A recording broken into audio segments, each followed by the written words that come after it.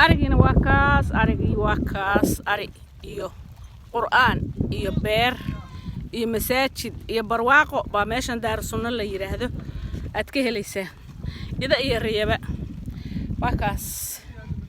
ومركز كي دار السنة وحوية ميل دين تلقو برتو وداد اسكاد دقايهين وحبرشدو العقلان تاهي وعانها أريقاس لقلس العقلانيين وقريهي وكواس لدقناه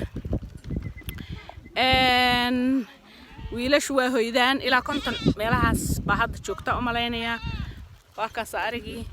quraanku waa lacag laan ma sha Allah beerana way leedahay waxbarasho leedahay degaan la degay leedahay dhul waxay leedahay ma sha Allah cas ah oo aad degi kartid guriga ka dhisan kartid marka insha Allah wixii intaas warbixin oo dheer waa ismaqli doonaa السلام عليكم ورحمة الله وبركاته.